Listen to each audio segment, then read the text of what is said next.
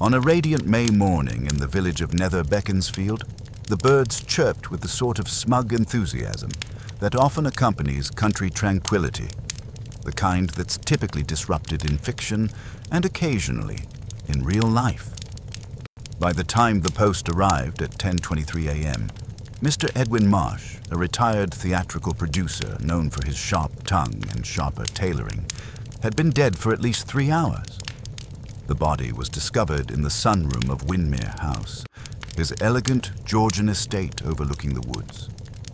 Marsh was slumped over a small writing desk, his fountain pen still clutched in his hand, ink smeared across a half-written letter. The French doors to the garden were open, letting in the scent of lilacs and the distant whir of a hedge trimmer. His expression, half scowl, half smirk, suggested he'd met death with some irritation, as though it had interrupted a thought. Detective Inspector Charles Fernley of the local constabulary stood stiffly near the corpse, handkerchief clutched to his nose. "Poison," he muttered to Sergeant Vale, gesturing toward the untouched cup of tea at the edge of the desk. Nothing obvious. Not a scratch on him. Just keeled over. Marsh's housekeeper, a steely widow named Mrs. Dudgeon, had called the police the moment she noticed something amiss. Not from the body, but from the fact that Marsh had failed to ring the bell for his usual second breakfast. He was a man of routines, she said flatly, and he always rang the bell at 9:15. Not today. And so the first disruption of the morning rippled through the house, followed quickly by a cascade of testimonies that formed a peculiar pattern. Everyone seemed to have an alibi for each other. Within the hour, a small knot of people had gathered in the drawing room at Inspector Fernley's instruction. 4 guests, all of whom had been staying at Windermere House for the weekend, ostensibly for a discussion about a possible revival of Marsh's infamous pre-war stage production, The Unfinished Waltz. There was Miss Honor Greaves, a fading actress with theatrical sorrow etched permanently into her voice. Then Mr. Lionel Finch, Marsh's accountant, who looked perpetually as if someone had just questioned his arithmetic. Third, Miss Ruby Carnaby, a rising theater director with red-rimmed eyes and a half-smoked cigarette clenched between 2 fingers.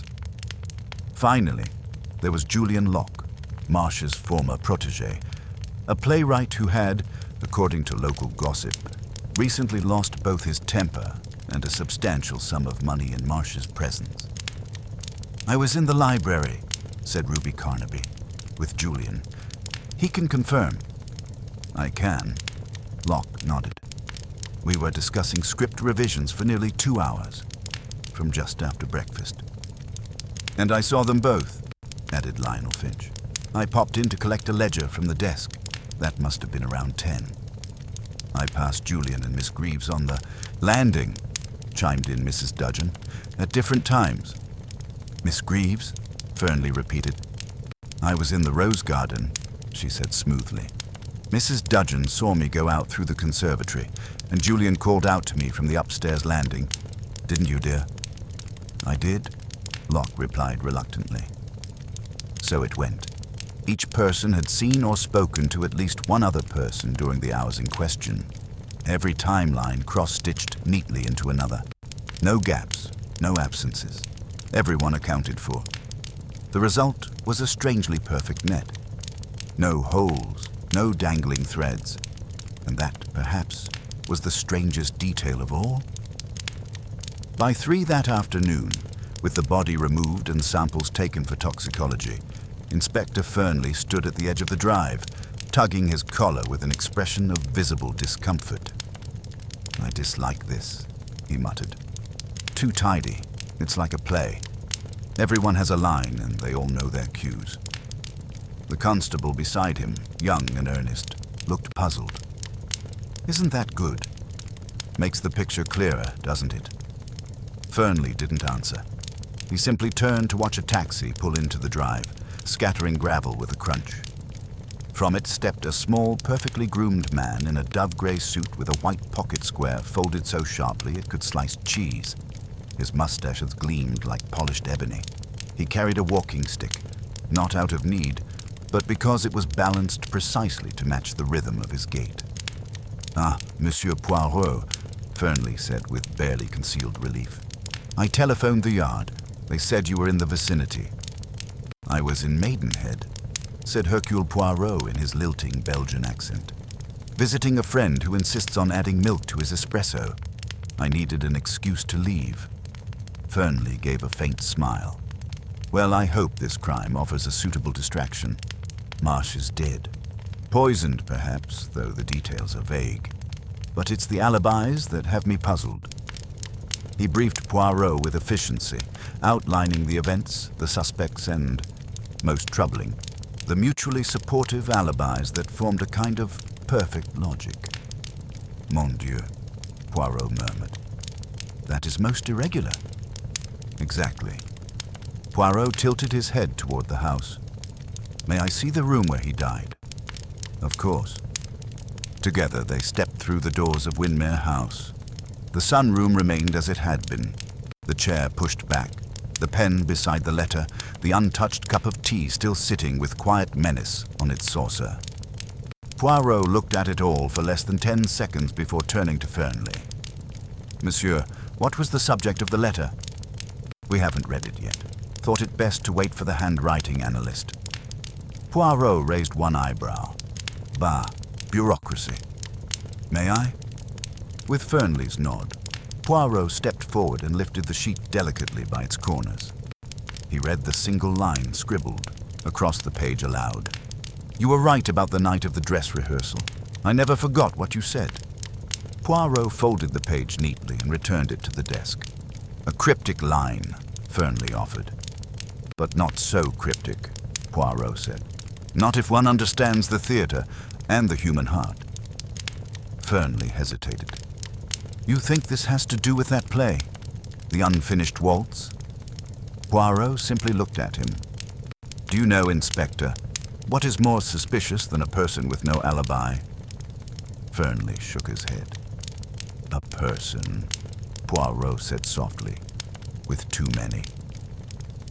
By the time the last of the local constables had finished collecting statements and cordoning off the sunroom, the guests of Windermere House had assembled in the drawing room once more, this time at the request of Hercule Poirot.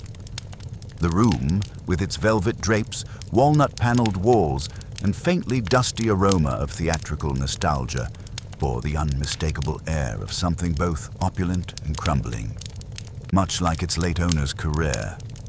Poirot entered with deliberate poise, surveying the occupants, not as a group, but as a collection of intricately posed individual portraits, each revealing something even in stillness. He moved to the center of the room, arms behind his back, chin tucked slightly downward in thought, eyes flitting from one face to another like a metronome. "Messieurs, mesdames," he said gently, "you must forgive the intrusion. I understand this is a time of shock, of grief, and perhaps of uncertainty, but I must ask for your patience as I seek to arrange the facts. And the facts, you see, they are like stage scenery, impressive from a distance, but often hollow when one examines the construction." He paused, allowing his remark to settle before gesturing to the armchairs arranged in a semicircle. "If you would be so kind, let us begin." Honor Greaves, wrapped in a shawl patterned with forget-me-nots, gave a melancholy sigh as she sat. "It's all so ghastly," she murmured, clutching a handkerchief with the delicacy of someone used to fainting on cue. Edwin wasn't a warm man, certainly, but he didn't deserve this. "You knew him long?" Poirot asked, taking a seat opposite her. 20 years, she said wistfully. "He directed me in The Sealed Mirror. I was Marguerite. It was a triumph, though of course the Times didn't say so. Edwin said they were fools. He always had a talent for loyalty. Until recently." Poirot's brow lifted. "Recently?" She dabbed at the corner of her eye, then paused. "He had a falling out with Julian. I don't know what over. He was increasingly difficult, suspicious, accusatory, even." Julian Locke, seated stiffly to her left, gave a humorless chuckle. "Edwin accused everyone of betrayal, including me, especially me." "May I ask?" Poirot said, turning to him. "What was the nature of your quarrel?" "I sent him a script, a new piece I'd written. He said it was derivative and bitter, that I had no originality left."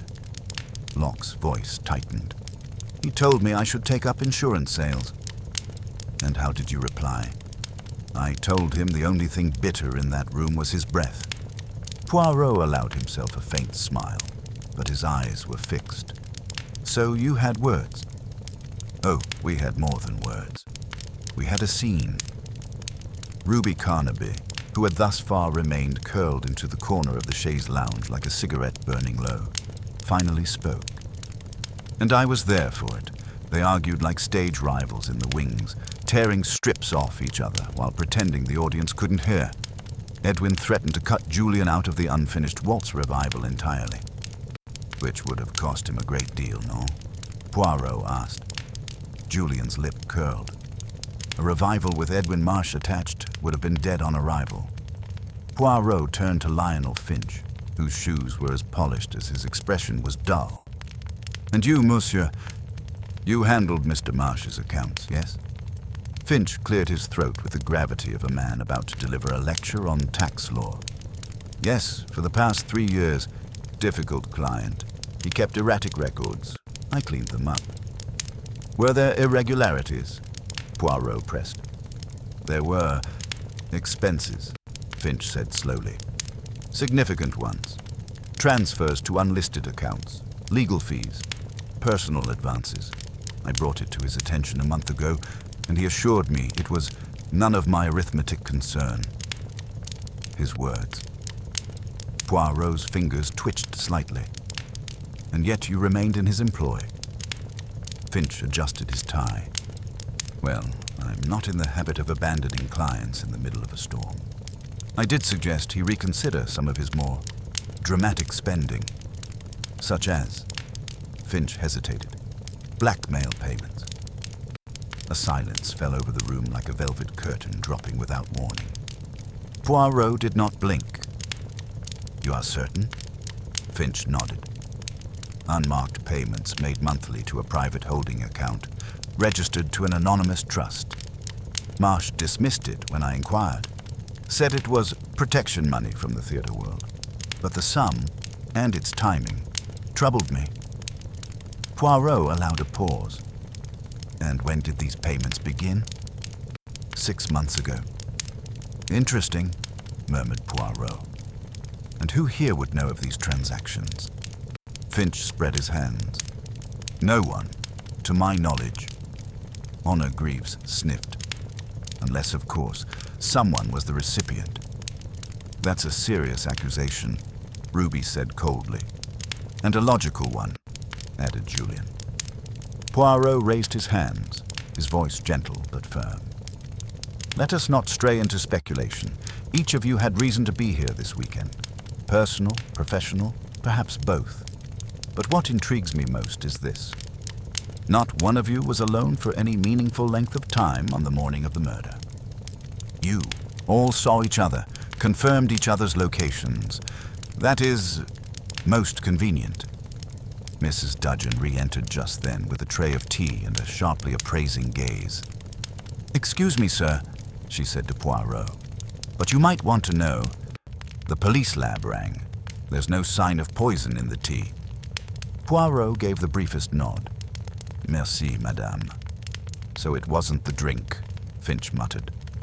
"Which leaves?" Ruby asked, flicking ash into a china tray. Poirot looked at her. "That is what we must discover. But there is something else. Something more subtle. Something beneath the surface. Each of you confirms the other's alibis, and yet Monsieur Marsh is dead. Either he expired by some fantastical coincidence, or..." He trailed off, letting the suggestion linger like smoke. "Or someone is lying," Julian said flatly. Poirot inclined his head. "Just so." He turned to Fernley, who had quietly entered behind the group. "Inspector, may I trouble you for the theater programs in Mr. Marsh's study, particularly those from the unfinished waltz?" Fernley nodded and left without a word. Poirot looked once more at the assembled faces. Fragile, defensive, amused, calculating. Each a carefully painted mask. "I will speak to each of you again," he said calmly. "But not about where you were, no. I wish to know who you were." As the group exchanged uneasy glances, Poirot turned on his heel and exited the room with a calmness that concealed the growing storm beneath his neatly brushed hand. As Hercule Poirot ascended the staircase of Windermere House, the floorboards beneath the carpet betrayed the faintest creak, not from age, but from a flaw in craftsmanship. He noticed it. He noticed everything. It was not his habit to rush to conclusions, nor to be distracted by surface gestures. The drawing room, so full of curated alibis and cross-confirmations, had given him an uneasy sensation, as if he were observing a performance with a script too neat to be real. The crime here was not untidy. It was too tidy. That, in Poirot's world, was always the first sign of something being very wrong indeed. The hallway was lined with theatrical memorabilia. Posters from decades-old productions, photographs of Edwin Marsh shaking hands with men in dinner jackets or lifting champagne flutes beside women in ostrich feather boas. All of it was curated with the reverence of a shrine. Marsh, Poirot concluded, had seen his home as a monument to his own myth. Such men rarely met quiet ends. He entered the study. The late Marsh's private domain was cluttered but symmetrical. Shelves of scripts and manuscripts arranged by genre, a filing cabinet left slightly ajar, and on the desk, a silver-framed photograph of a younger Marsh accepting an award, the inscription below reading, "To Edwin, may your genius never be interrupted."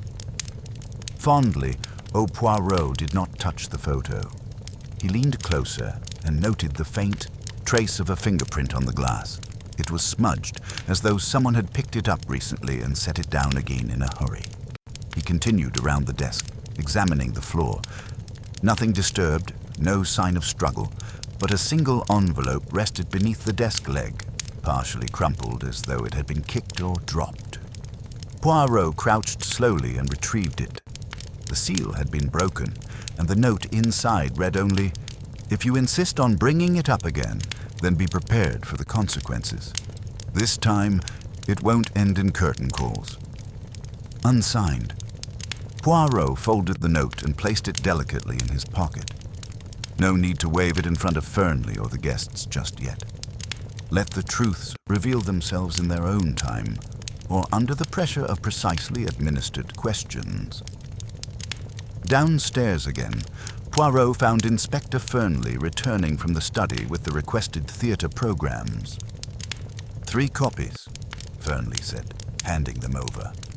The original production of the unfinished waltz, dated 1937. Marsh kept them in pristine condition. "Merci, Inspector. May I see them?" The covers bore an illustration of a couple dancing in silhouette beneath a chandelier. Inside, the cast list was printed with elegance. Honor Greaves as Lady Isabel, Edwin Marsh credited as director, and a certain Oscar Vale as playwright. Poirot tapped the name. "Do you know this man?" "Oscar Vale." "Died years ago," Fernley replied. "Car crash, I think. His only notable work. And yet this is the second reference I have seen to someone signing their name only as O." Poirot's voice was light, but his eyes were not. Fernley nodded slowly. "You think someone's using the name?" "I think someone is invoking it, and invoking the past." They walked together to the sunroom again, now quiet and cleared of police tape. Poirot stood near the desk, observing the half-written letter once more. The wording troubled him. It did not sound like Marsh's usual dictatorial tone if the guest's descriptions were to be believed. No, this sounded like a man conceding something, reflecting, reopening an old wound. Back in the hall, Mrs. Dudgeon stood stiffly with a dusting cloth and a frown. Poirot addressed her directly. "Madame, may I trouble you with a question?" She turned, still clutching the cloth. "Yes, sir. In your opinion, had Mr. Marsh been distressed in recent days?" She hesitated, then gave a short nod. Yes, unsettled. He'd wake up earlier than usual. Sit in the conservatory before breakfast with the newspaper unopened. Sometimes he'd start writing and then tear up the page. I'd find scraps in the bin. Said he had a headache, but he was never a man to complain. Poirot stepped closer. And did he receive any visitors apart from the house guests this past week? Just a delivery from the village shop, but no callers, no. No telephone calls, no letters of note. Mrs. Dudgeon's brow furrowed. Now you mention it, yes. A letter came 4 days ago. He didn't open it right away. Left it by his chair. I believe he opened it that same evening and looked very pale afterward. Burned it in the fireplace. Poirot gave a faint nod. Merci, madame, Fernley interjected. This supports our earlier theory. Someone sent him a threat. Blackmail, perhaps, or a final warning. Or, said Poirot softly, a message that reminded him of something from long ago, something not criminal, perhaps, merely emotional. Poirot returned to the drawing room, where Ruby Carnaby now stood alone, staring into the empty fireplace. She didn't turn when he entered. You look like a man who already knows the ending, she said, lighting another cigarette. Poirot stepped beside her. No, mademoiselle. I'm merely a man who reads the script before believing the actors. She let out a small, bitter laugh. Clever. Tell me, Poirot said, what is it that you fear the most right now? That someone among you is the killer, or that you will be misunderstood? Ruby stared at the fire grate. I don't care how I'm seen. I just don't want to be dragged into another scandal. The last time nearly ended me. He nodded. And yet you agreed to come here. I owed Marsh something. He gave me my first chance as a director, believed in me when no one else did, even when I doubted myself. Poirot tilted his head. But belief is not the same as forgiveness, mademoiselle. What did you wish to say to him before he died? She didn't answer. Poirot didn't press further. Instead, he exited again and made his way to the upstairs corridor, stopping at the landing where several of the house guests had claimed to see each other that morning. He stood still for a moment. The corridor was long and narrow, flanked by doors on either side. The grandfather clock at the far end ticked loudly. Poirot walked its length, noting the thick, carpeting, muffling footsteps, too thick for sound to travel for. Then he turned and faced the space directly in front of the guest rooms. It was here, supposedly, that multiple sightings had occurred. Julian seeing Honor, Honor hearing Julian. Finch spotting Ruby, Ruby speaking with Julian. It was a crossroads, a perfect stage. Too perfect. Poirot walked back downstairs to find Fernley near the front door. Inspector, he said, I would like to see the guest room allocation list, and if possible, access to their luggage. With permission, of course. Fernley nodded. I'll arrange it. Poirot placed one gloved hand on the stair rail. This murder, if murder it was not executed in anger. It was prepared, calm, calculated. Whoever did it ensured that no one would be alone. Every move was accounted for, a performance with a chorus, and one director. Then who's the director? Fernley asked. Poirot's gaze lifted to the ornate ceiling.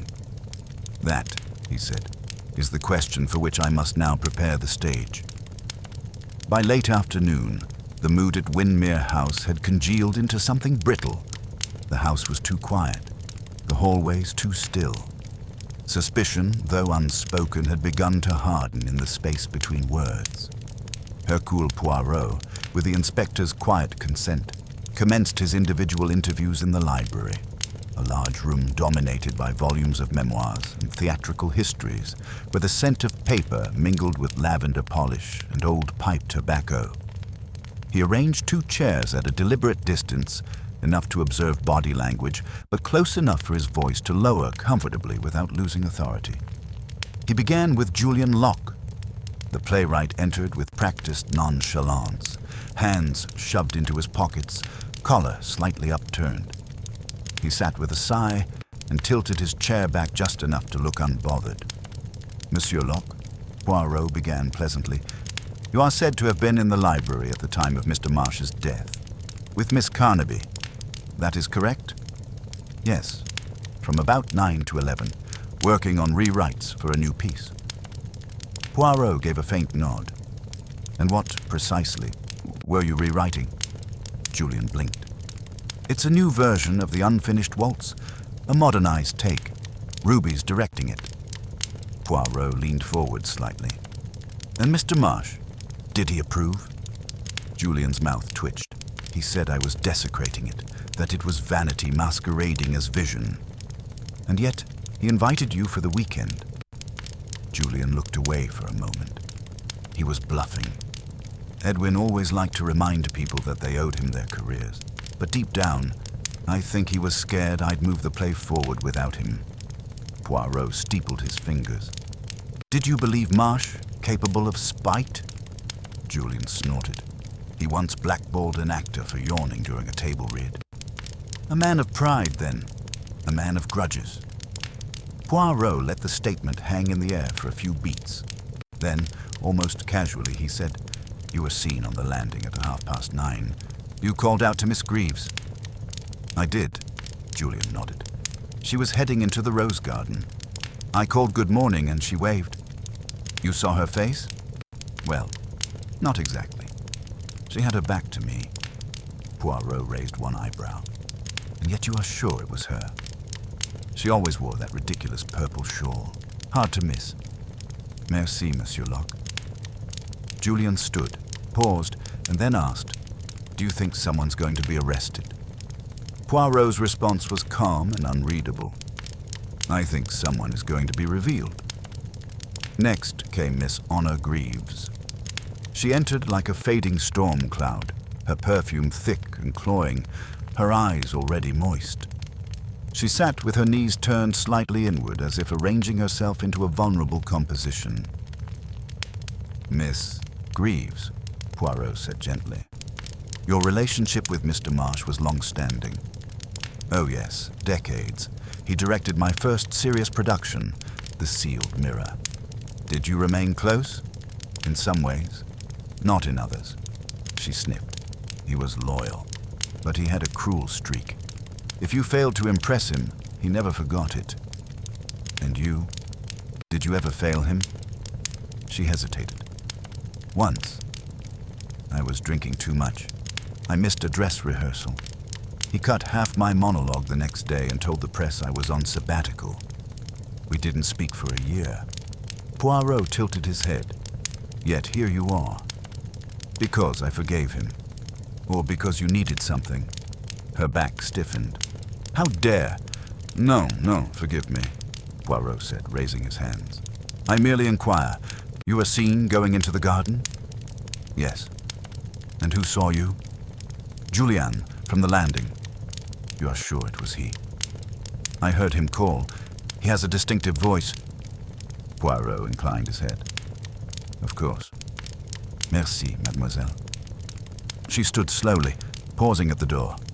Whatever you believe of me, Monsieur Poirot, I loved Edwin, in my own way. Poirot remained silent as she left. A moment later, Lionel Finch entered briskly, holding a leather notebook. Mr. Finch, Poirot began, your statement earlier about Mr. Marsh's finances was very frank. I'm an accountant. I traffic in numbers, not niceties. You mentioned possible blackmail payments. Do you still believe that? I do, Finch said. The pattern was clear. Regular transfers, same day each month. Same sum, the same account number with a coded identifier that suggested legal shielding. Do you know who received the money? No, but I suspect Marsh did. Poirot looked at him. Did he confide in you? Only once. He told me, better an open check than an open scandal. That was last month. Poirot considered this. And you, monsieur? Where were you this morning? I retrieved a ledger from the library around 10. Saw Julian and Ruby arguing, then went to my room. Did anyone see you there? No, but I wasn't murdering anyone. Poirot stood. And how long have you known Mr. Marsh? 7 years. Professionally. Was he in debt? Finch's lip curled. Not financially. Emotionally. Drowning, Finch said, then paused. He believed the past was out to reclaim him, but I think it was just regret. When Finch departed, Ruby Carnaby arrived. She didn't wait to be asked before sitting down and crossing her legs. You've asked everyone the same thing, haven't you? She said. I've asked each person what they remember. You'll find that memories bend. And that is why I prefer the inconsistencies. She smirked. I told you where I was. With Julian. Working, arguing. Same as always. You have worked together long? 4 years. He writes, I direct. He protests, I cut. It works. You were not close to Mr. Marsh? She hesitated. I admired him. I owe him, but I didn't trust him. Because he didn't like women who outgrew his favor. You believe he would have sabotaged your revival. He would have tried. And yet you came. She shrugged. I wanted to tell him I was going ahead without his blessing. Poirot tapped his fingers together. Miss Carnaby, what did Mr. Marsh mean when he wrote, "You were right about the night of the dress rehearsal"? Her expression didn't change, but her posture did. She uncrossed her legs slowly. He said that. Poirot nodded. She looked away. It must have been about the unfinished waltz. The original production had a meltdown during dress. One of the stagehands vanished. Some say he stole something. Others said, well, that he saw something. Marsh hushed it up, said it would ruin the show. Poirot's eyes narrowed. Who was the stagehand? I don't know. I only heard whispers. Edwin never spoke of it again. She stood. Is that all? For now. When Ruby left, Poirot sat back and closed his eyes. 4 suspects, 4 stories, 4 seemingly perfect cross-references. And yet, cracks had begun to appear. None could place the others with certainty. Only voices, glimpses, assumptions based on objects. A shawl, a silhouette, a greeting.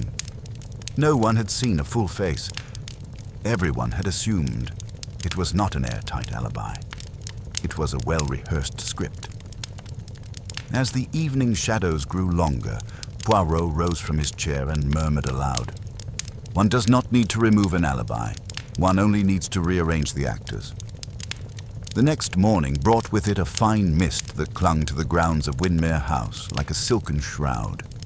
Inspector Fernley arrived early, armed with new results from the lab and a sense of cautious optimism. Poirot was already seated at the breakfast table, slicing a boiled egg with surgical precision, his napkin folded just so. Fernley lowered his voice as he approached. We may have something, Poirot. The toxicology report is in. Poirot dabbed his lips delicately. Ah, and? No poison in the tea, but there were traces of a paralytic compound on the nib of the fountain pen. Poirot's fork paused mid-air. It's called succinylcholine, Fernley continued. A muscle relaxant. Fast-acting. Disrupts the diaphragm and causes respiratory arrest. Leaves the heart untouched. Very difficult to trace after death unless you know to look for it. Poirot slowly lowered his fork. So, it was not the tea, but the pen? Exactly. And he was holding it when he died. Poirot tapped the edge of his plate. You are certain? Quite. Our forensic man says the amount was small. Just enough to cause a cardiac collapse if absorbed through a cut or into the mucous membranes. Perhaps he touched his mouth or rubbed his eye. And where was this pen stored before? On his writing desk, Fernley said. Always in the same silver case. Poirot stood and turned toward the window. So, the murder weapon was not ingested, but handled. Ingenious, subtle, and very personal. Fernley's face tightened. What do you make of it? Poirot adjusted his cuffs. It suggests 2 things. 1, the killer knew his habits. knew that he would write in the morning, likely with that specific pen. And 2, the poison was applied very recently. The compound is volatile.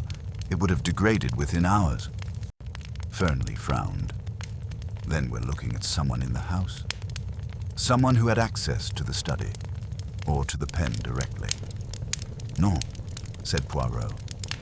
We were always looking at someone in the house. But now we must ask, who had both motive and the calmness to lace a pen with death? They returned to the study. Poirot examined the pen case again. It was untouched, polished, meticulously placed. He noted a fresh smudge near the hinge. Small, almost imperceptible. Someone had lifted it carefully, perhaps with gloves, and replaced it just as carefully. At that moment, Mrs. Dudgeon appeared at the door, her apron pressed and her posture straight as ever. Begging your pardon, sir. A letter came for Miss Greaves this morning. It was misdirected, arrived at the village post. I thought I should mention it. Poirot turned sharply. You opened it? She looked mildly affronted. Certainly not. Where is it now? In the drawing room, on the table by the mirror. Poirot walked quickly down the corridor and into the room. The letter sat innocently beside a crystal vase. The envelope was heavy, monogrammed in gold. The name on the front, Miss Honor Greaves. No return address, no visible stamp. He picked it up. It had been hand-delivered. Fernley arrived beside him. You think it's relevant? Poirot did not answer. He broke the seal and unfolded the letter inside. You think you erased it all with your absence. But I remember the rehearsal. I remember what you said when the lights went out. The others may have forgiven you, but I never will. The note was unsigned. The handwriting, however, was unmistakably similar to that found in the crumpled envelope Poirot had retrieved from the study the day before. Poirot turned to Fernley. This is not coincidence. This is someone playing a part, a calculated part. They summoned Miss Greaves. She entered looking paler than usual, the purple shawl draped over her shoulders like ceremonial robes. Poirot held up the letter. Mademoiselle, do you recognize this? She looked at it, frowned, then shook her head. No. It arrived today? It did. And it is not the first letter of this kind. Her hands trembled. I don't know who would send this. I haven't spoken about the dress rehearsal incident in years. I wasn't even there when it happened. I'd fallen ill that night. I left early. Poirot's gaze sharpened. Illness? Yes. Migraine. Edwin sent me home. Then you cannot confirm what occurred. She looked down. Only what I was told. Poirot studied her silently. Mademoiselle, forgive my bluntness, but these notes, they suggest a lingering resentment, a grudge. Was there someone you wronged during that time? She hesitated. There was a wardrobe girl, Anna. She made some accusation about me trying to sabotage her position. Edwin dismissed her the next day, said she was too emotional. Poirot nodded slowly. And did you? No, she said too quickly. Poirot gave no response. He merely gestured toward the door. Thank you, mademoiselle. When she left, Fernley sighed. It's her, isn't it? The pen, the letters, the motive, they all line up. Poirot did not look convinced. No, it is too convenient. Do you not see? She had access to the study, and a motive linked to that mysterious stagehand or wardrobe girl. Maybe she feared Edwin would reveal something from the past. Poirot raised a finger. Or someone wants us to think she feared that. Fernley paused. You think this is a setup? Poirot nodded. We are being shown a performance. The pen was laced carefully, but not cleanly. The letters appear dramatic, theatrical even, and yet unsigned. All designed to implicate Miss Greaves. But why her? Because she is the most emotionally fragile, the easiest to frame. Just then, a knock interrupted them. Ruby Carnaby stood in the doorway, uninvited. I need to speak with you. Fernley bristled. We're in the middle of... Poirot raised his hand. Let her speak. Ruby stepped in, voice low. I lied. About something small, but it's been bothering me. Poirot gestured for her to continue. I told you I was with Julian the entire morning. That's not true. I stepped out to smoke in the corridor around 10, just for 5 minutes. He didn't even notice. Fernley leaned forward. Why are you admitting this now? Because I want to be honest. And because if you check the ashtray on the windowsill at the end of the corridor, you'll find a stub. My lipstick. My brand. Poirot gave her a long look. Why did you lie before? She sighed. Because I was scared. Scared that being alone would make me look guilty. Poirot tilted his head. But surely, if you were innocent, mademoiselle, that should have made you eager to tell the truth.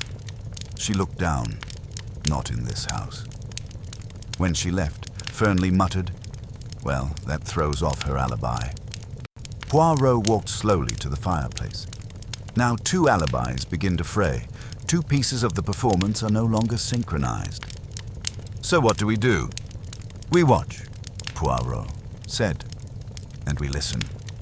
The murderer made a mistake. They over-directed the scene. Now the actors are improvising. That, mon ami, is where truth always enters. Poirot turned to the window, watching the mist begin to lift from the garden path. In the theater, Inspector, one cannot stage the perfect illusion. Not without eventually showing the wires. That afternoon, Poirot changed his approach. The time for observation was over. He had heard their alibis, witnessed their unease, and identified the fractures in their carefully rehearsed stories. Now, it was time to press gently, not with accusations, but with implications. It was the method he preferred, to allow suspects to reveal themselves under the subtle pressure of self-preservation. He began with Lionel Finch.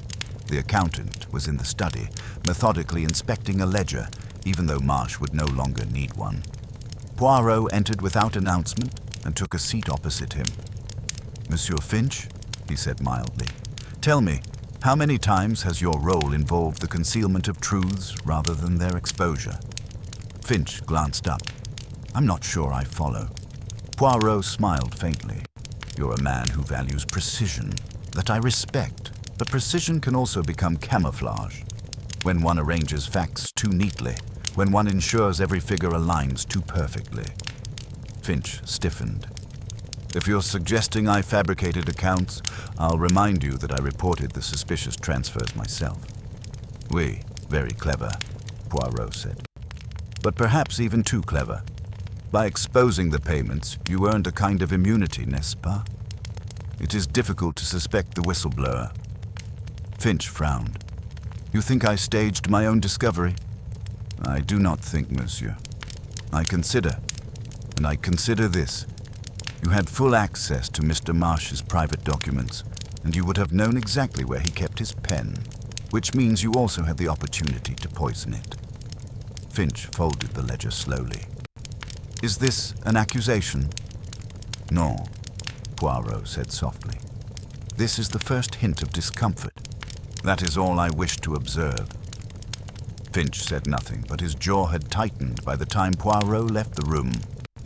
Next, Poirot found Ruby Carnaby seated in the conservatory, staring into the garden. She didn't acknowledge him as he sat beside her. You lied to me once, Poirot said, and then you told the truth. That is progress, but not completion. She let out a slow breath. What else do you think I'm hiding? I think you are afraid. Not of being caught, but of being believed. She turned to look at him. That doesn't make sense. But it does, Poirot replied. You see, guilt is often buried beneath layers of other things. Fear, pride, shame.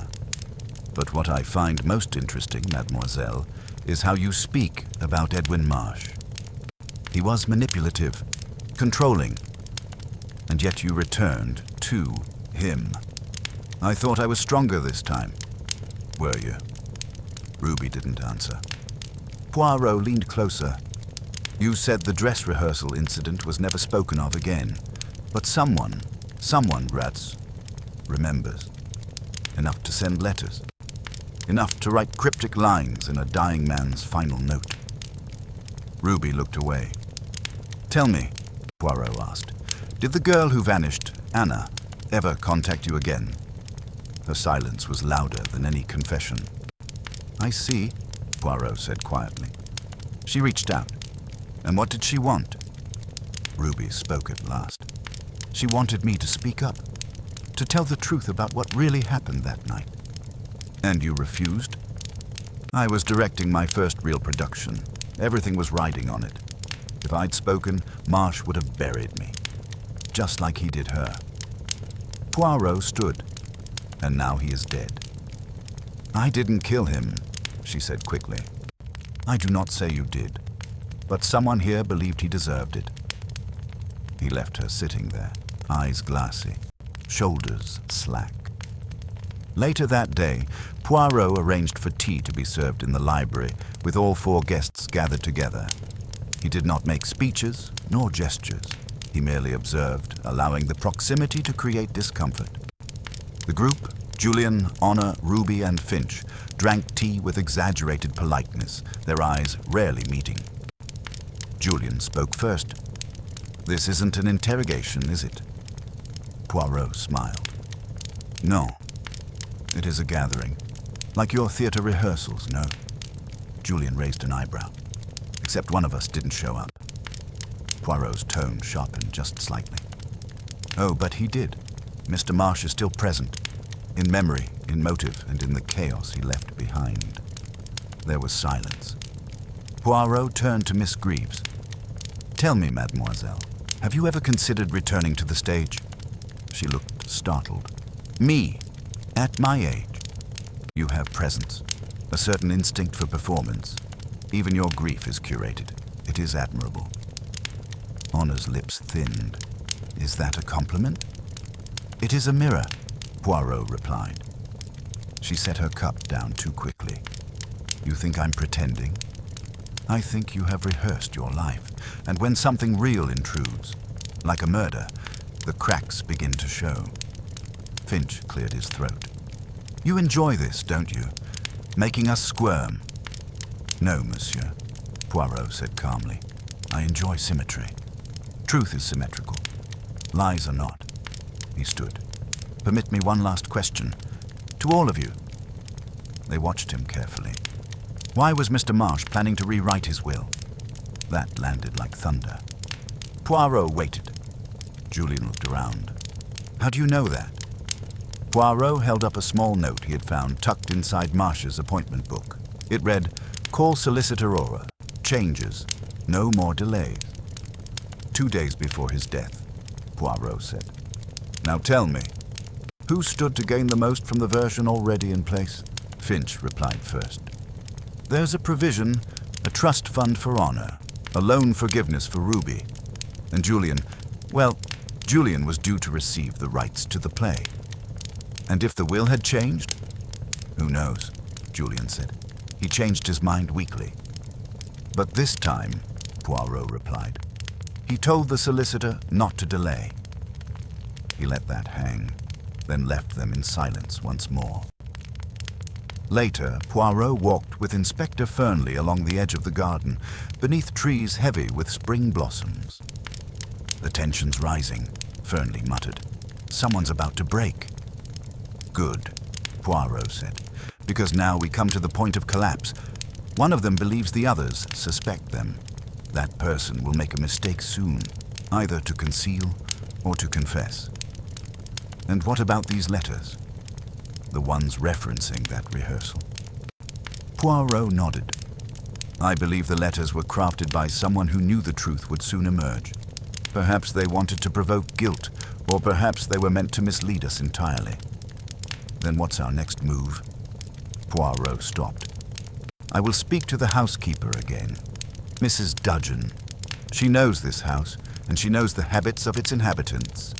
I suspect she has noticed something that, to her, seems unimportant, but to me, might be the missing thread. As As Fernley turned back toward the house, Poirot paused and looked at the sundial near the garden's center. It cast a long, uneven shadow across the grass. "We have been given too many alibis," Poirot murmured to himself. "Now we must follow the one thing that cannot lie: timing." It was nearing 6 o'clock when the quiet undercurrent of tension within Windermere House turned into something unmistakably sharper. Poirot had been in the small sitting room adjacent to the back staircase, reviewing his notes, when Inspector Fernley reappeared at the door. Not brisk, but slow, his mouth tight and eyes alert. "She's gone," Fernley said flatly. Poirot looked up. "Pardon?" "Mrs. Dudgeon. Vanished. No one's seen her for the past hour. She's not in her quarters, nor the kitchen, nor the garden." Poirot stood at once. "And her belongings?" "Still there. Apron hanging, drawer open, but no sign of her. One of the junior constables went to ask her for tea. She was gone." Poirot walked swiftly through the corridor, Fernley at his side. They passed the drawing room, the grand staircase, and out through the rear hallway into the servants' wing. Mrs. Dudgeon's room was small, sparsely furnished, and orderly. A folded cardigan lay on the foot of her bed.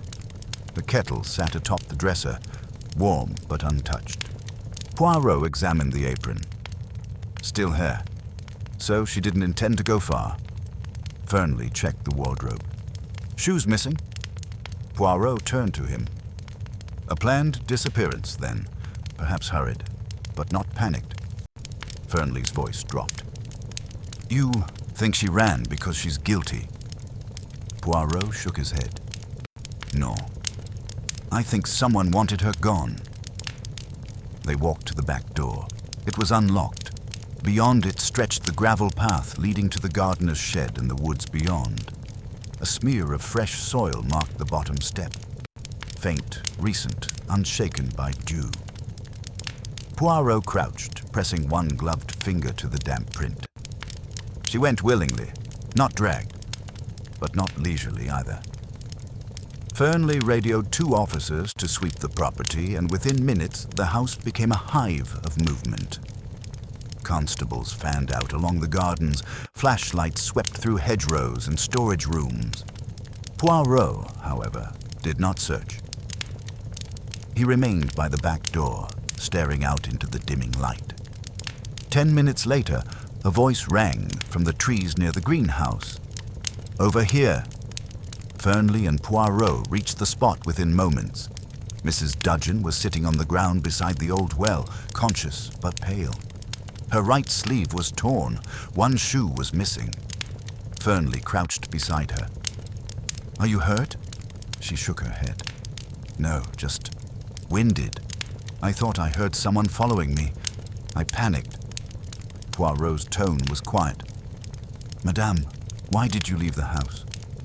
She looked between them, hesitant. I found something," she said. "I didn't know what to do." "What did you find?" Poirot asked. "In the linen closet. I was looking for fresh towels. I found a glove, a man's glove, tucked into a bundle of sheets. It had something on it. I think it was powder. I don't know why, but it scared me. I didn't want anyone to know I had it." Fernley stood. "Where is it now?" "I hid it, behind the stones near the greenhouse wall." She pointed shakily, and a constable retrieved it moments later. Poirot took the glove delicately. It was a dark brown leather, expensive, left hand only, and along the fingertips a fine white residue. Fernley whistled low. Could be the poison compound. Poirot said nothing. He turned the glove inside out. A label stitched into the lining read, "Dunwood & Sons, Mayfair." J.L. Fernley exhaled. "Julian Locke." Poirot looked at the glove again. So it would seem. Back inside, Locke was summoned to the study. He arrived looking annoyed rather than nervous. Poirot handed him the glove. "Is this yours, monsieur?" Locke's face registered confusion, followed by a guarded frown. "It looks like one of mine, yes. I lost one a week ago. Thought it fell from my bag." Poirot said nothing. "Where did you find it?" "In the linen closet," Fernley said. "That's absurd." Poirot tilted his head. "Is it? I haven't been near the linen closet. Yet your glove was there. Then someone planted it." Poirot's tone remained gentle. "That would be difficult. The glove was wedged behind bundled linen, hidden, not placed, and it contains a residue, a white powder, possibly a compound used in Mr. Marsh's murder." Locke looked genuinely stunned. "You think I killed him?" Poirot shrugged. "I think someone wants me to believe you did." Locke turned away, pacing. This whole thing's gone mad. First the letters, now the glove. Anyone could have taken it. Anyone could have used it. Poirot said nothing. Locke spun around. "Look, I argued with Edwin. I didn't poison him." Poirot finally replied, "Then I suggest, monsieur, you think very carefully about who might want to make it appear otherwise." Locke left the room in silence. An hour later, Poirot sat alone in the drawing room. The others had withdrawn, whispering behind closed doors. The glove had changed the atmosphere entirely. No longer a house of veiled suspicion. Now it was open distrust. The balance had shifted. Fernley joined Poirot with a cup of tea. "It's him. Has to be. The initials, the glove, the motive. It all fits." Poirot stirred his tea once. "Precisely. No, it fits too quickly, too smoothly. You still think he's being framed?" Poirot nodded. The glove was left for discovery. Hidden, yes, but not beyond reach. The poison residue left intact. The initials left visible. No murderer with such foresight would leave such evidence untouched. Fernley frowned. "Then who?" Poirot looked into the teacup as though divining its contents. There is one among them who knows how to control a narrative, who understands the psychology of blame, who understands theater not only as performance, but as misdirection. "You mean?" Poirot raised a hand. "Not yet. We are still watching a play, but soon it will end." At that moment, a soft knock came at the door. It was Ruby Carnaby. "I need to speak to you," she said. Poirot gestured for her to enter. She stepped in slowly, closing the door behind her. "I know who planted the glove," she said quietly. Poirot waited. "I saw Honor last night. She was near the linen closet. She was carrying something, dark, small. I didn't think anything of it. Until today." Poirot's eyes narrowed slightly. "Why are you telling me now?" "Because I think I've had enough of protecting people who wouldn't do the same for me." Poirot rose. "Merci, mademoiselle. You have just moved the play into its final act." It was nearly midnight when Hercule Poirot returned to the study alone, the fire low in the grate, casting thin shadows that reached out like hesitant fingers across the carpet. Outside, the rain had begun to fall, soft but steady, giving the old house a rhythm to accompany its unspoken anxieties. Somewhere down the corridor, a door creaked open and closed. Otherwise, all was still. Poirot stood by the writing desk where Edwin Marsh had taken his final breath. He examined the pen once more, now encased in a plastic evidence sleeve. He no longer needed to touch it. He had touched everything else. The scene had long stopped speaking in objects. It was now speaking in absences. He turned his eyes not to the pen, but to the chair, the back of the chair. It was velvet upholstered, high-backed, elegant, but as Poirot bent and squinted closely, he saw what he had been waiting for, a faint crescent indentation, no longer than a thumb along the lower back edge. He examined the opposite side. No matching mark. He straightened with a nod. There it was, the missing detail. Not what had been added, the glove, the letter, the poison, but what had been moved, and gently, deliberately. Later that morning, Poirot asked Inspector Fernley to gather everyone once again. This time, They were seated not in the drawing room or library, but in the conservatory. A space drenched in glass and light, the rain misting the windows in thin rivulets. The setting, Poirot insisted, should reflect truth, and there was nothing to hide behind here. All were present: Honor Greaves, pale and tight-lipped; Julian Locke, sullen and tired; Ruby Carnaby, composed but vigilant; and Lionel Finch, silent behind his glasses. Mrs. Dudgeon sat to one side with folded hands, her expression unreadable. Poirot took the center of the room and clasped his hands. "Mesdames et messieurs," he began softly, "we have been through much in these 2 days. The death of Monsieur Marsh, the web of alibis, the glove, the letters. But as always, it is not what is told that interests me most. It is what is omitted." He began to pace slowly. "You see, from the start, you have all told stories that validate one another.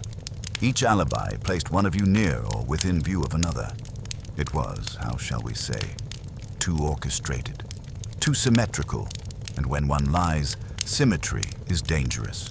Truth, as I have said, is always a little off. Messy." No one interrupted him. Poirot turned slightly. "Let us begin with the glove. A man's glove, hidden in a linen closet, with a residue of a paralytic compound. It was labeled, unmistakably, with the initials J.L., belonging to Julian Locke." Julian looked up, jaw set. Poirot raised a finger. "But there is one flaw. The glove was planted. Yes, but not merely placed. It was misplaced." He turned to Julian. "You said you lost your glove a week ago, and yet there is no record of you having worn them during your arrival. Mrs. Dudgeon never handled them, and your luggage contained no matching glove. The missing glove was never brought to this house." Julian blinked. I assumed I dropped it during packing." "No. Someone had your glove long before the weekend. Someone who knew where to plant it. And more, someone who understood how theater works." He turned to Ruby Carnaby. "You, mademoiselle, are a director. You control scenes. You arrange actors. You conceal chaos beneath control." Ruby's face held firm. "You think I framed Julian? I think you were framed as well." That broke the room's stillness. Poirot turned slowly. "Let us consider Edwin Marsh's habits. He was a man of routine. He wrote each morning, same desk, same pen, same chair. And yet, the chair was moved." They stared. Poirot gestured calmly. "Last night I noticed a single dent on the rear lower corner of the chair. The kind made by a heel, a woman's heel. It was not visible when standing. It could only have been left by someone sitting behind the desk." He turned to Honor Greaves. "But not Edwin Marsh. He never sat that way. He was left-handed. He sat forward when writing. The impression was recent. So, someone sat there, in his chair, after he died, to stage the scene." Honor didn't move. Poirot's voice dropped slightly. "You were seen going into the garden, mademoiselle, wearing your signature purple shawl, and Julian claims to have called out to you from the landing." Poirot walked toward her slowly. "But Julian never saw your face. Only the back, a shawl, a shape. And Julian assumed it was you." Poirot turned, except it wasn't. Gasps murmured in the room.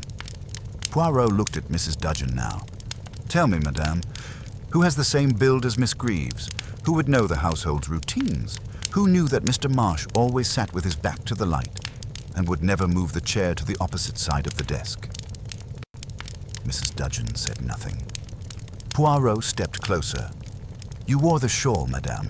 You knew it was a calling card. The others would see it and assume it was honor. That moment was vital. It ensured her alibi. It ensured your time to act. You had access to the glove, the pen, and the poison. You planted the evidence. You wrote the letters, invoking the incident during the dress rehearsal, which you knew intimately, having worked in the theater long before becoming a housekeeper." Now Honor spoke, voice trembling. "That's not possible. She was a wardrobe assistant," Poirot finished. "She worked under the name Dora Hughes. And 20 years ago, she was dismissed after a confrontation with Marsh. A young stagehand named Anna was fired, but it was you, madame, who tried to protect her. Marsh humiliated you, ruined your standing, and when you returned years later as Mrs. Dudgeon, he did not even recognize you. Fernley stepped forward. Is this true? Mrs. Dudgeon met Poirot's eyes. Her lips were thin, her gaze sharp. He forgot me, she said. Utterly, as if none of it mattered, as if I didn't exist. Poirot said nothing. She stood slowly. He thought changing the cast list was nothing, that firing Anna, humiliating me, meant nothing. He destroyed people's lives with a nod and a scowl. Fernley stepped forward. You laced the pen. Yes, she said. I knew he'd use it. I'd watched him for months. And the glove? I found it among the things Ruby had, returned from a rehearsal. I remembered seeing Julian wear them once. It was just too easy. Poirot watched her closely. Why not poison the tea? He never drank it. Never trusted food unless it came from his own hand. Poirot nodded. You knew him well, better than anyone here. She didn't answer. She simply stood there, composed, quiet, worn. Fernley gave a solemn nod to the constables. They stepped forward, gently, and took her by the arms. As she was led away, she looked back once, not at Poirot, but at Ruby. Anna forgave you, you know, she said. She just wanted you to be honest. Ruby swallowed hard, but said nothing.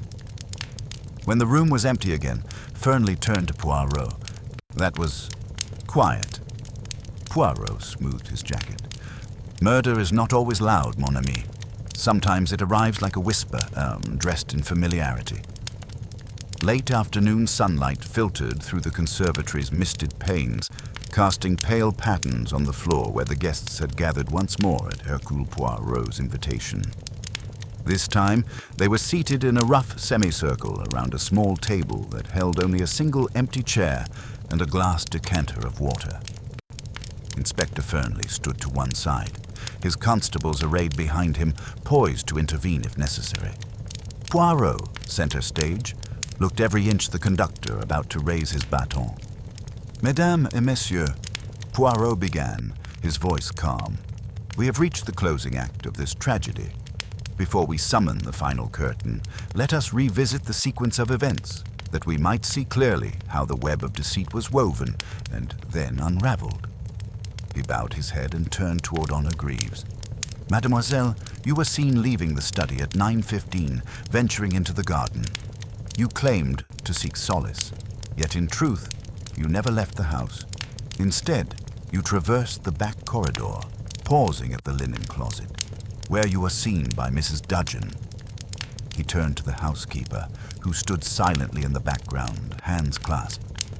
You displayed the shawl to create an illusion that Miss Greaves might be accounted for. Honor drew in a sharp breath. I don't understand. Poirot inclined his head. No, you need not. The point is that in the theater, one uses masks. In this house, you wore your own. He stepped toward Ruby Carnaby. Mademoiselle, your late-night confession about leaving the library to smoke was genuine. Yet your gloves, stolen weeks earlier, were planted to implicate another. Ruby's eyes widened at the recollection. Your motive was clear, to preserve your reputation and prevent Edwin Marsh from revealing the truth of your backstage argument about Anna's disappearance. He paused to let his words sink in, tapping a finger gently on the empty chair. Monsieur Finch, you observed the suspicious transfers in Marsh's accounts and, in doing so, protected yourself. Your revelation of the blackmail payments granted you an unassailable position. Yet you, too, played a part in orchestrating the narrative by highlighting the poison residue and deflecting suspicion. Finch's face flushed, but he did not speak. Poirot then looked at Julian Locke. And you, monsieur, found yourself in Marsh's debt, professionally and financially. But you did not kill him. Instead, you harbored resentment which made you the perfect red herring. Your quarrel with Marsh over the unfinished waltz suited the murderer's needs. He straightened and lifted his cane. But in truth, the crime was not driven by envy or ambition or unpaid debts. It was born of a long-concealed wound, a betrayal in the half-light of a dress rehearsal so many years ago. Poirot stepped back, lowering his voice. The fall of Edwin Marsh was staged twice. First on that fateful rehearsal night, when Mrs. Dudgeon, then Miss Hughes, was forced to choose between loyalty and truth, only to be humiliated instead. And second, this week, when she decided his time had come. He turned slowly to face Dudgeon. "Madame, you laced the pen with succinylcholine, knowing he would use it at breakfast. You planted the glove to misdirect, and you wrote the anonymous notes to provoke old fears, ensuring each of the others would unwittingly support your story." Mrs. Dudgeon's lips trembled. She did not deny it. "I wanted him to remember me," she whispered, "to feel what I felt when he destroyed my life." Poirot turned to the assembled guests. "And that, mes amis, is the heart of tragedy. We play parts, we assume roles, but the truth only speaks when the play is over." He raised his hand. "Inspector, if you please." Fernley stepped forward. "Mrs. Dudgeon, you're under arrest for the murder of Edwin Marsh." Dudgeon looked at each of them. Greaves, Locke, Carnaby, Finch, then met Poirot's gaze. "I'm ready." Fernley signaled his officers, who gently guided her toward the door. When the last constable had gone, Poirot turned to the remaining four. "Let no one think this outcome was due to poison alone. It was the poison of pride, of vengeance, of memories left unhealed. But in exposing this, we cleanse the stage that life might continue without the burden of silence." Honor Greaves rose, voice steady. "Thank you, Monsieur Poirot, for restoring the truth." Julian Locke offered a curt nod. Ruby Carnaby unclenched her fists. Lionel Finch exhaled as though releasing a held breath. Poirot smiled with gentle finality. "And now, the play has ended. Each of you may depart when you wish, and carry forward unmasked into whatever scenes await." He swept an elegant bow, and with that, the curtains fell on the tragic drama of Windermere House. The drawing room of Windermere House, now emptied of its broader company, held only the remaining four guests and Hercule Poirot. The late afternoon light, thick with the promise of dusk, settled over the scene like a final tableau. Inspector Fernley had stepped outside to prepare for Mrs. Dudgeon's departure under guard. Inside, an expectant hush enveloped those left behind, as though the house itself waited for the last words to be spoken. Poirot stood by the marble fireplace, leaning gently on his cane. "Mesdames et messieurs," he began, voice soft, yet carrying through the room, "we have seen the final act of this tragedy. We have witnessed the unveiling of the murderer. But a final question remains. How did the crime unfold in detail? What sequence of actions allowed a seemingly inviolable alibi to become the instrument of justice?" He paused, letting each person reflect. "I will reconstruct the events of that morning," Poirot continued, "and you will see, step by step, the truth." He moved to the desk in the corner, now cleared of papers. Pointing to the chair, he said, "At precisely 9:05 a.m., Edwin Marsh entered the study and sat here to write his letter. He had no reason to suspect danger. Mrs. Dudgeon, then known as Miss Hughes, watched him from the doorway. She knew the routine. He would remove his fountain pen from its case, unscrew the barrel, and dip the nib in ink. It was at that moment she seized her chance. He retraced the steps in his mind, narrating with deliberate calm. She had secretly retrieved a vial of succinylcholine from her quarters the night before, placing it in her apron. At dawn, she wetted her gloved fingertip and applied the compound to the nib, knowing Marsh would handle the pen later. She then replaced the pen carefully, smudges and all. Poirot turned to the empty pen case on the desk. When Marsh later sat at the desk, he lifted the pen, unknowing. A small cut, perhaps from a sharp edge along the desk, allowed toxin to enter through his skin, or he touched his lips after adjusting the pen. Either way, within minutes, the paralytic compound took effect, and he collapsed. He guided their gaze to the single sheet of paper on the desk. Moments before, or perhaps just after striking the final line, he scrawled the words, "You were right about the night of the dress rehearsal." He meant to call out to someone who had reminded him of a buried sin, but weakness overcame him, and he could not sign the letter. Poirot replaced the sheet. Now, to maintain her alibi, Mrs. Dudgeon slipped away quietly and donned Miss Greaves's purple shawl, borrowed earlier under the guise of laundering, and walked the corridors to be seen by Julian Locke on the landing. Her purpose was twofold: to create an airtight alibi for Miss Greaves and to sow confusion. He moved to the back corridor. She then returned to place Julian's glove in the linen closet among clean sheets, knowing he would notice it missing later. The glove's label bore his initials, so when it resurfaced, suspicion would fall on him. The white residue remained, integral to the frame. Returning to center stage, Poirot gestured toward the library doorway. Next, she delivered the anonymous letters, written in haste but with theatrical flair, reminding everyone of the rehearsal tragedy. Each suspect received a note. Miss Greaves found hers by the mirror. Ruby Carnaby discovered hers on the conservatory piano. Lionel Finch's note was slipped into his accounting ledger. Julian Locke's was left on his pillow. The common thread was to heighten fear and redirect attention. He paused, taking a breath. The four watched, silent, as the final pieces fell into place. By 9:20, Mrs. Dudgeon had returned to her duties in the kitchen. She joined the household in the main hall, beginning her day as if nothing had happened. A model of calm efficiency. No one suspected she had just orchestrated a murder. They only noted her composure. Poirot's gaze shifted to Finch. When the lab reported succinylcholine on the pen nib rather than in the tea, Finch fanned the notion of poisoning through drink, his area of expertise, so that physical evidence would seem more convoluted.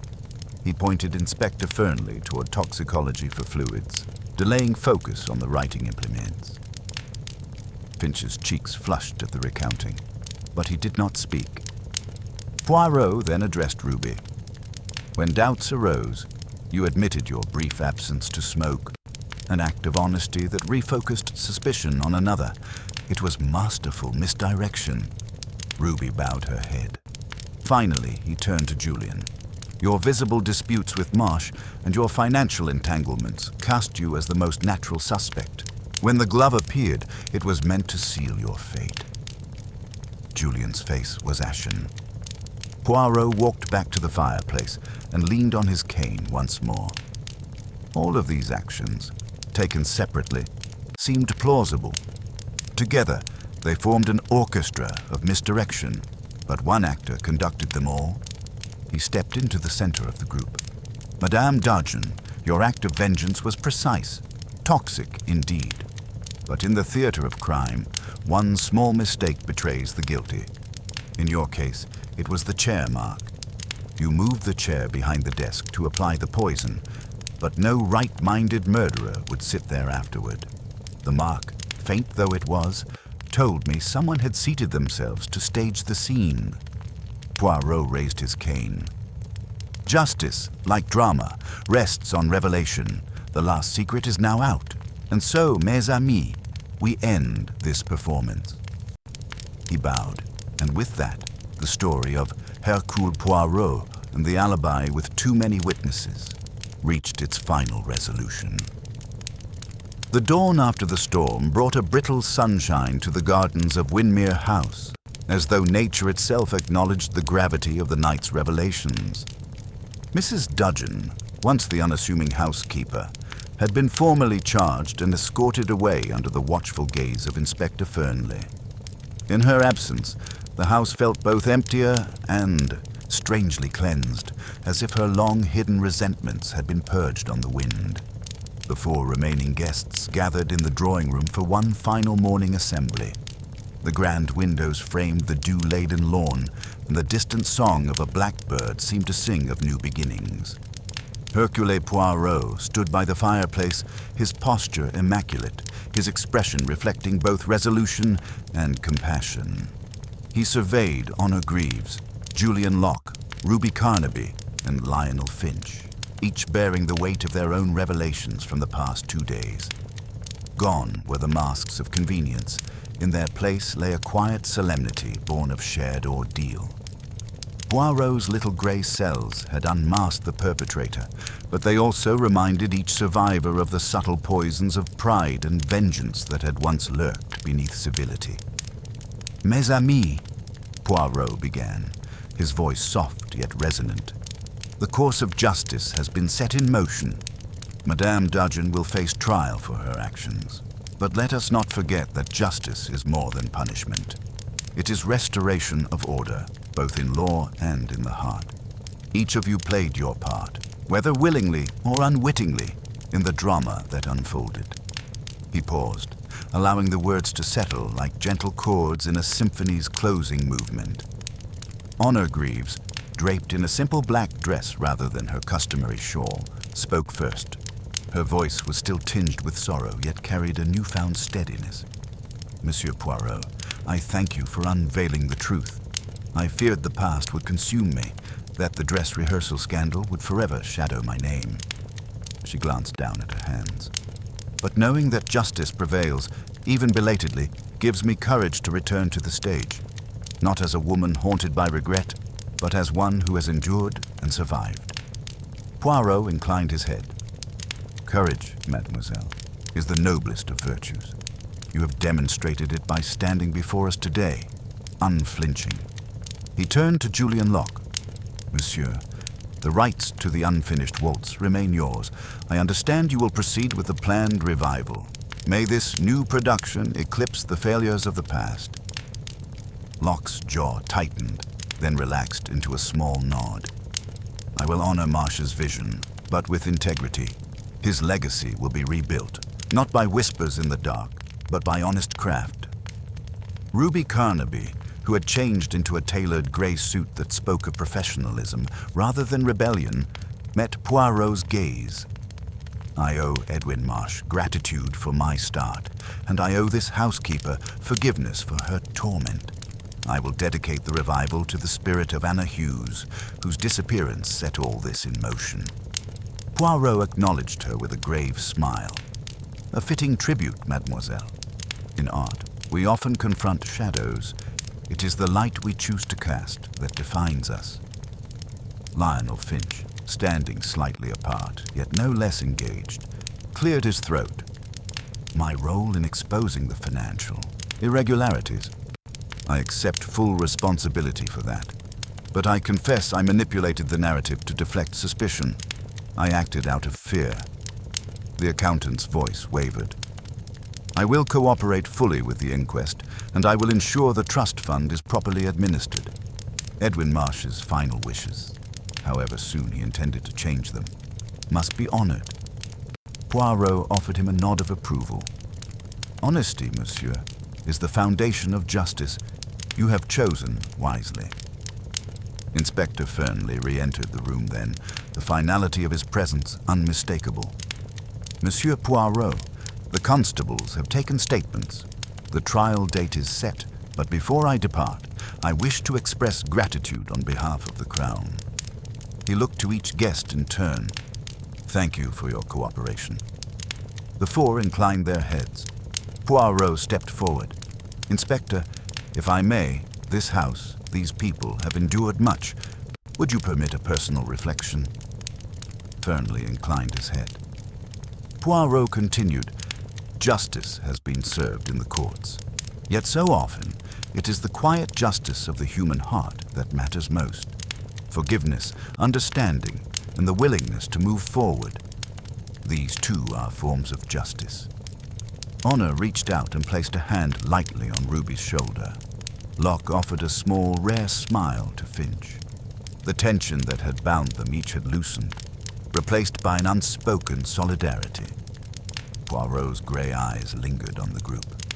"May each of you carry forward the lessons learned here. May your art and your lives be enriched, not defined by these events." He touched his pocket watch. "Time advances, mon ami. Let us trust that it brings healing." As the guests dispersed, Honor to her carriage, Locke to the rehearsal hall, Ruby to the conservatory to write her dedication, and Finch to ensure the legal details, Poirot remained by the mantel, examining a familiar photograph of Edwin Marsh in happier times. He reflected on the tragedy of a man whose pride had blinded him to the wounds he caused and the redemption of those he left behind. He felt the house breathe a last sigh of release. Inspector Fernley approached quietly. "Thank you, Poirot, for everything." Poirot straightened, bowing his head in gratitude. "And thank you, Inspector, for your steadfast work. Together, we have given voice to the silent truth." Poirot pocketed his cane. "Now, mon ami, shall we depart before the day grows too warm?" Fernley smiled. "Lead the way, Monsieur Poirot." They walked down the main hallway, past the empty sunroom and out onto the dew-sparkled lawn. The morning had fully broken, and the world beyond Windermere House beckoned with fresh promise. Each step carried them away from the darkness of deceit and toward the clear light of justice. And as Poirot turned once more to look at the grand facade of the house, he offered a silent farewell to the stage of their drama, confident that in both life and theater, the final truth, when revealed, always prevailed. A gentle breeze rustled through the budding magnolia trees as Poirot and Inspector Fernley made their final tour of Windermere House's grounds. The early afternoon sun bathed the facade in soft gold, highlighting every cornice and column, every shutter and pane. Inside, the household stirred with the quiet activities of renewal. Servants replacing torn curtains, gardeners tending the flower beds, and the guests preparing to resume their lives beyond these walls. Poirot paused at the crest of the gravel drive. Glancing back at the grand entrance, he placed his gloved hand on the brim of his hat and sighed, a small smile touching his mustache. "Inspector," he began, "this house has played host to tragedy, but it will also bear witness to restoration. That is the delicate balance of human affairs." Fernley nodded, watching a gardener guide a young apprentice in planting fresh bulbs. "Very true, Monsieur Poirot. I've never seen justice end on such a hopeful note." Poirot's eyes twinkled. But justice is like a seed. It must be planted in fertile soil, nurtured by truth, watered by forgiveness, and pruned of resentment. Only then can it bloom. They turned toward the gate, where a carriage awaited to carry Poirot back toward the station. Before stepping inside, Poirot paused and looked once more at the house, as though recalling every detail of the drama that had unfolded there. "In this case," he reflected aloud, "we saw how pride can cut deeper than any blade, and how vengeance can linger like a poison in the veins of memory. Yet we also saw redemption, compassion, and the power of confession to free the soul. Each character here learned that the past, no matter how dark, need not govern the future." Fernley watched Poirot's face grow thoughtful. "You've given them a gift, Poirot, and so have they. They discovered courage and integrity in the midst of turmoil." Poirot inclined his head. "They did. And I, too, am reminded of a simple truth, that human hearts are full of mysteries more complex than any crime. One's little gray cells may untangle facts, but they cannot fathom the full depths of sorrow and resilience within each soul." He slipped into the carriage, seating himself with careful poise. The coachman closed the door gently. Poirot pressed a finger to the glass and offered one last glance. "To Windermere House," he murmured, "I bid you bon voyage in the voyage of life. May your halls echo once more with laughter rather than secrets." Inspector Fernley lifted his cap in farewell. "Safe travels, Monsieur Poirot." Poirot tapped his cane lightly against the floor of the carriage. The wheels began to turn, crunching the gravel as the vehicle moved away. Through the window, Poirot watched the figures of the four guests emerge from the doorway to stand together, briefly united by shared experience. Before, they dispersed along separate paths. As the carriage passed beneath oak limbs, Poirot leaned back, clasped his hands on his lap, and closed his eyes for a moment. When he opened them again, his gaze was clear, serene. He spoke softly to the empty coach. A case concluded is like a curtain dropped, but the lessons learned remain in the heart of each who witnessed the performance. Justice, though exacting, must be tempered with mercy, and memory, though painful, can become the foundation of a wiser tomorrow. The carriage jolted gently over the last stones of the drive, and the grandeur of Windermere House receded into the distance, becoming a silhouette against the bright sky. Poirot pressed a gloved hand to his heart as if in farewell, and then, with a final nod, he settled into contemplation, his mind already turning to the next mystery that awaited the clever little grey cells of Hercule Poirot. The midday sun warmed the gravel of the circular drive as the last carriage departed Windermere House, its wheels stirring soft clouds of dust that drifted across the lawn like transient spirits. In the carriage sat Hercule Poirot, his posture as impeccable as ever, yet his grey eyes carried a hint of wistfulness. He gazed back at the grand facade, its windows reflecting a world made brighter by truth, and traced, in memory, every scene that had transpired within its walls. Beside him, Inspector Fernley folded the final case file, neatly affixing his notes on the charge sheet. "Monsieur Poirot," he said, "this has been one of the most intricate investigations of my career. The layers of deception, the subtle manipulations, it was like untangling the threads of a finely woven tapestry." Poirot nodded, his fingers trailing along the polished wood of the carriage door. "Mon ami, in every mystery, there is an undercurrent of the human condition. Jealousy, pride, vengeance. But here, it was most poignant. A woman scorned by her past, a man mortally wounded by his own cruelty, and a cast of players who each bore their own hidden scars. Yet, in the end, justice was served not only by law, but by the revelations of conscience." Fernley glanced at him. "You speak of conscience. Do you believe Mrs. Dudgeon understood her remorse when she confessed?" Poirot's lips curved into a thoughtful smile. "Remorse is a complex emotion. It can be both liberating and crushing. She confessed, yes, but only when the weight of her secret became unbearable. That confession, though too late to spare her from punishment, allowed the others to see her not merely as a perpetrator, but as a human being shaped by hurt and betrayal. The carriage passed under an ancient oak, its branches arching overhead like a cathedral's nave. Poirot leaned forward, lowering his voice. "Inspector, I recall when we first met, you admired my attention to detail. But never forget, it is the heart that often holds the most telling details. A hesitation in speech, a furtive glance, a trembling hand, these reveal more than any physical evidence." Fernley absorbed this in silence until they reached the station. The coachman assisted Poirot from the carriage, and the detective activated his cane with a soft click. He paused to look back one last time at the winding drive. "In this house," Poirot murmured to himself, "a simple stage manager became a playwright of death, directing her drama with precision. But the final act was true justice, written by the little grey cells and performed by the constables." He strode toward the ticket office, where Fernley handed him a ticket for the afternoon express to Paddington. The inspector lingered as Poirot settled onto a bench. "Will you be returning to London tonight?" Fernley asked. Poirot closed his eyes briefly, then opened them with serene resolve. "Yes, Inspector. There are other mysteries awaiting resolution.